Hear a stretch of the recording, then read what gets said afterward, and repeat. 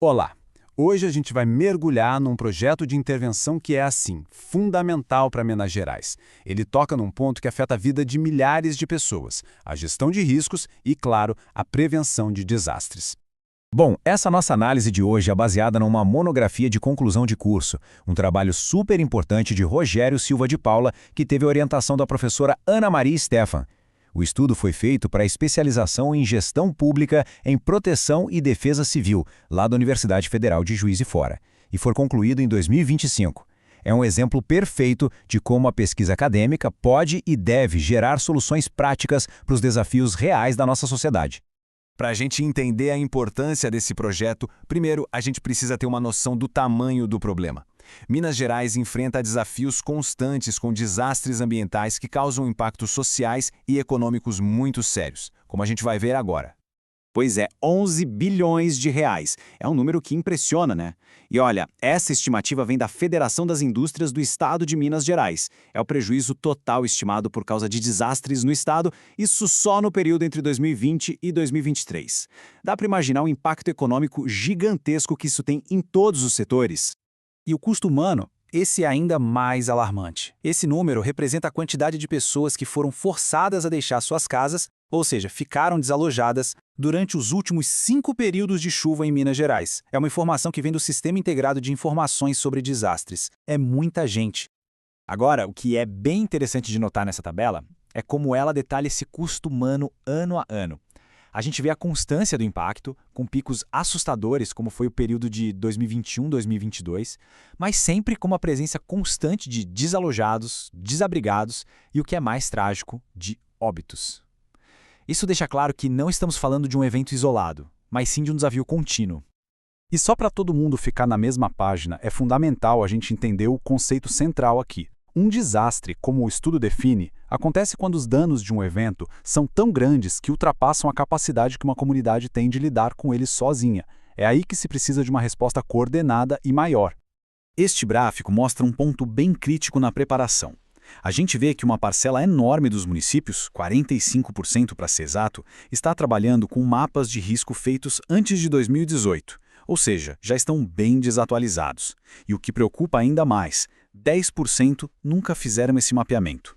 Isso significa que muitas decisões importantes acabam sendo tomadas quase no escuro.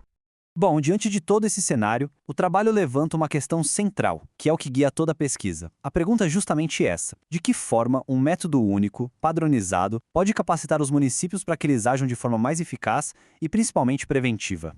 E é aqui que a gente entra no coração do projeto de intervenção. A proposta de uma metodologia padronizada, pensada para capacitar e dar mais autonomia para as equipes de cada município. O objetivo geral é bem claro: dar autonomia para as coordenadorias municipais de proteção e defesa civil, para que elas mesmas consigam mapear suas áreas de risco. A ideia é juntar tecnologia de ponta, conhecimento técnico e, o que é crucial, a participação da comunidade nesse processo. A metodologia se apoia em 3 pilares que são fundamentais. Primeiro, a capacitação técnica dos agentes municipais. Segundo, a criação de uma base de dados georreferenciada que vai unir informações de clima, de relevo e também o histórico de ocorrências. E terceiro, mas não menos importante, pensar em estratégias para engajar a população. E para colocar essa metodologia em prática, o projeto sugere o uso de ferramentas bem modernas.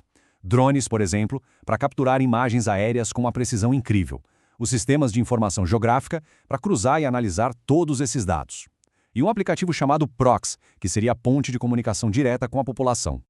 Ok? Vamos avançar um pouco e ver como tudo isso se traduz em benefícios reais palpáveis. Quais são os resultados que o projeto espera alcançar e que podem ser medidos? Então, o ponto crucial aqui é que o projeto não fica só no campo das ideias, sabe? Ele estabelece metas bem claras que dá para medir, coisas concretas mesmo, como treinar a grande maioria dos agentes, aumentar drasticamente o número de mapas atualizados e, o mais importante, reduzir danos materiais e eventos adversos e, ao mesmo tempo, aumentar a sensação de segurança das pessoas. E essa citação do autor ilustra de forma brilhante a filosofia do trabalho. Resume tudo. A solução não é só técnica. Ela depende dessa integração completa entre conhecimento, instituições fortalecidas e uma sociedade que participa ativamente. Para fechar, vamos resumir a importância dessa contribuição acadêmica e também dizer como quem se interessar pode se aprofundar mais no assunto. Fica muito clara a qualidade do trabalho apresentado. Ele reforça o papel fundamental de cursos de pós-graduação como este, que formam profissionais realmente capacitados para contribuir diretamente com a sociedade, ajudando a promover uma gestão pública mais eficiente e um Brasil mais seguro e resiliente. A divulgação de um conhecimento como este é muito importante. Se este conteúdo foi útil de alguma forma, considere seguir o canal, curtir e compartilhar. É um jeito simples de ajudar a ampliar o alcance de informações que podem, literalmente, salvar vidas. E claro, para quem quiser se aprofundar de verdade no tema, a recomendação é sempre ir na fonte primária. O trabalho completo, original, com todos os detalhes da pesquisa, está disponível no link que a gente deixou aqui na descrição. Um aviso importante. Este material que apresentamos é uma síntese do trabalho acadêmico, e ela foi produzida de forma automatizada, com um suporte de inteligência artificial, justamente para facilitar essa divulgação. E por ser uma síntese, o material pode ter algumas simplificações. Por isso, para ter as informações completas e precisas, a consulta ao documento original é indispensável, ok? Fica a reflexão de como essa união entre academia, tecnologia e comunidade pode de fato construir um futuro mais seguro para todos nós.